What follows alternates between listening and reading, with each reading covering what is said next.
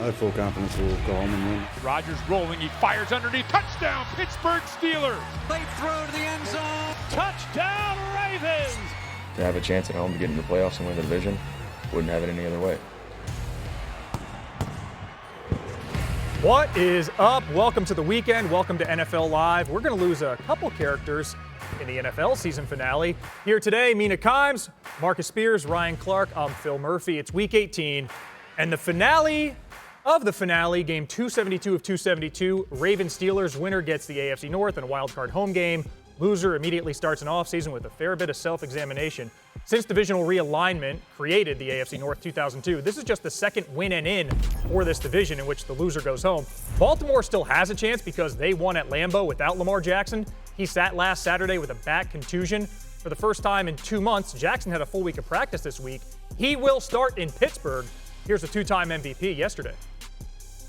Yeah, 100%. Yeah, man. I'm gonna be out there. You get a full weekend of practice. Feel great to be out there with my guys as always. Feel great. I never quit on my team before, so I never quit anything, to be honest with y'all. So I don't know where that noise came from, but like I already know my brother he gonna pull it off if I can't get it done, And we've got something new on NFL Live on this Friday. Former Defensive Player of the Year, TJ Watt, said, quote, "I feel really good. Not sure that I could have said that a week ago. I'm excited to play." Watt missed the last 3 games due to a partially collapsed lung suffered during a dry needling treatment on December 10th. Pittsburgh 3-11 in games that Watt has missed since he was drafted by the Steelers. So, Marcus, Lamar's back. Watt's back. It sounds like his last game was Pittsburgh's win over Baltimore. How do you anticipate the Ravens attacking the Steelers' defense?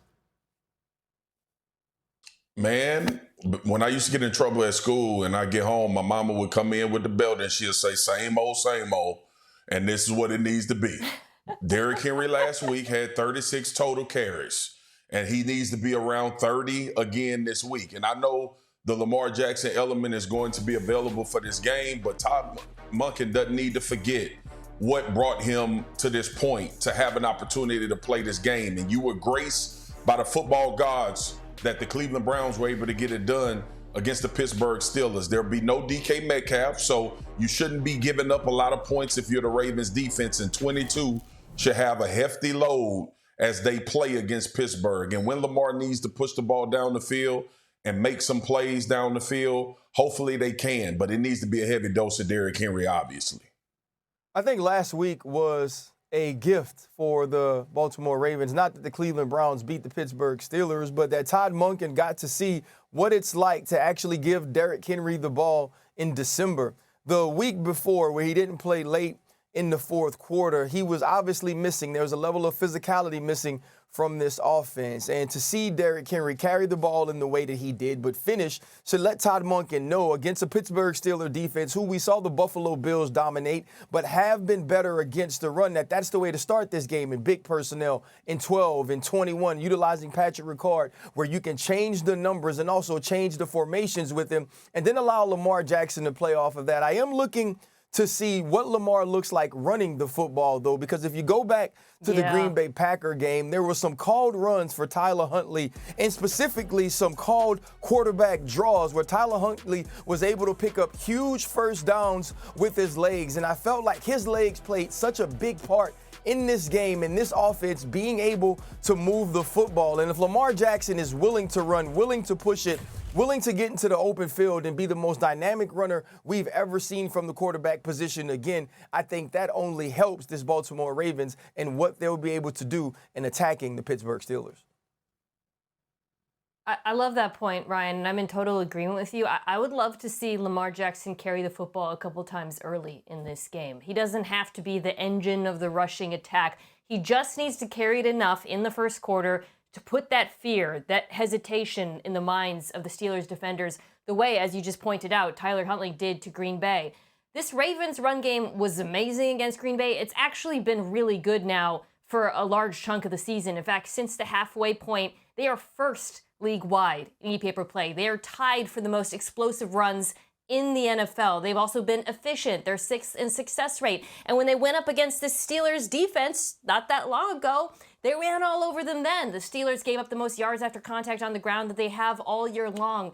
This isn't complicated, right? And the only question I think I have for the passing game is if the Pittsburgh Steelers sell out to stop the run, and I think we all agree they're probably going to do that at some point in this game, can you beat them with that play-action passing attack? Zay Flowers was also a very important piece in that last game against man coverage.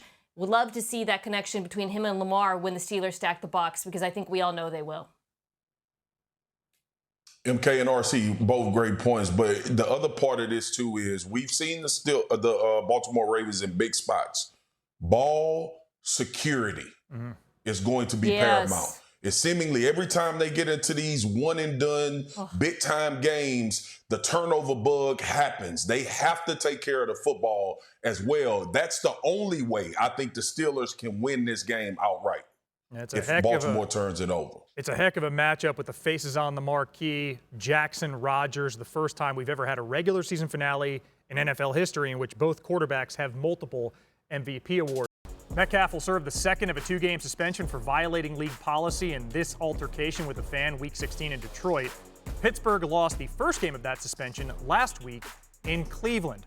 Steelers in that missed an opportunity to clinch the division, and they felt DK's absence when he's not on the field for any reason. Rest, suspension, any of it. Small sample size, 175 snaps, but Aaron Rodgers has not thrown a single touchdown pass with Metcalf off the field. Compare that to 25 with Metcalf on it, and Pittsburgh also averaging nearly 2 fewer yards per play in those. Mina Kimes, Ryan Clark, Marcus Spears back with us, and Swagu, that touchdown contrast is staggering. What can Pittsburgh do to try to generate offense, knowing that for 4 quarters Sunday they're without Metcalf? Okay, this is about to sound really stupid, but it's so stupid it's smart, okay? Because normally you would say just run the football and see if they could churn out yards on the ground.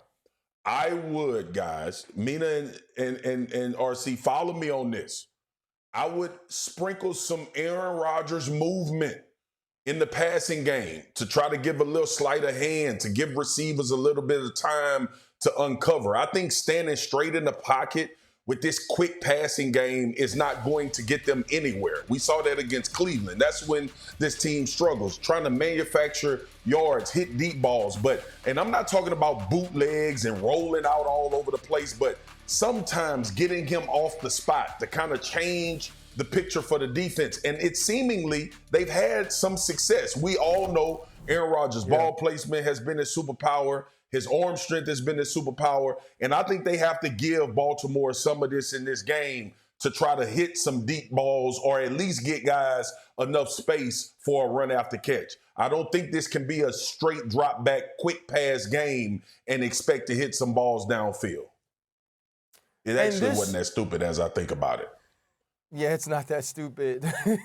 This is sort of difficult to do probably late in the season, but Arthur Smith is going to have some creativity for his interior pass catchers. Jonnu Smith was brought over to be the number 2 to DK Metcalf. Every time they utilize Pat Freiermuth with inside the numbers, he makes plays. And Jaylen Warren and also now their team MVP, Kenneth Gainwell, have been huge pieces of this past game. Jaylen Warren had the big screen catch in the win over the Baltimore Ravens. DK Metcalf's absence is huge in this game because this was the game where they began to utilize him down the field with 148 yards receiving, 2 of those big plays on the outside, one versus Marlon Humphrey, another versus Nate Wiggins. They don't have that player on the outside. So utilizing these guys in the interior might keep this passing chart from looking like the passing chart of a little league football team, which it seems most of the time when DK Metcalf is not involved. Football is 99% your kids are a lot older than mine. But I know you remember this. When you had a small children like mine and they beg you to get a toy, and then you give in and you get the toy and you get home and they don't even use it. And you're like, you wanted this toy. That's how I feel about Jonnu Smith. Arthur Smith. MK. He was supposed to be your favorite toy and you never used him. What were you begging for? if the Steelers' passing attack, if they play the way they have all year long in terms of, from a schematic standpoint, where it's just trying to hit ISO balls outside the numbers, they're going to lose. So they're going to have to find a creative way to get the other pass catchers involved. And the other thing I'll add is this. Marcus, to your point about running the ball, we're all talking about DK Metcalf in his absence, and it is massive. Darnell Washington is a sneaky big loss for this team. I want you to look at these splits when he's on the field versus when he's off. Running the football, first of all, the yards before contact is pretty dramatic. His 2.1 without him would be near the bottom of the NFL. Look at that third down conversion rate. With him, they convert running the football on third down at the best rate in football. Without him, that drops by nearly 20 percentage points. So, and when they do 6 offensive linemen, he's almost always on the field as well.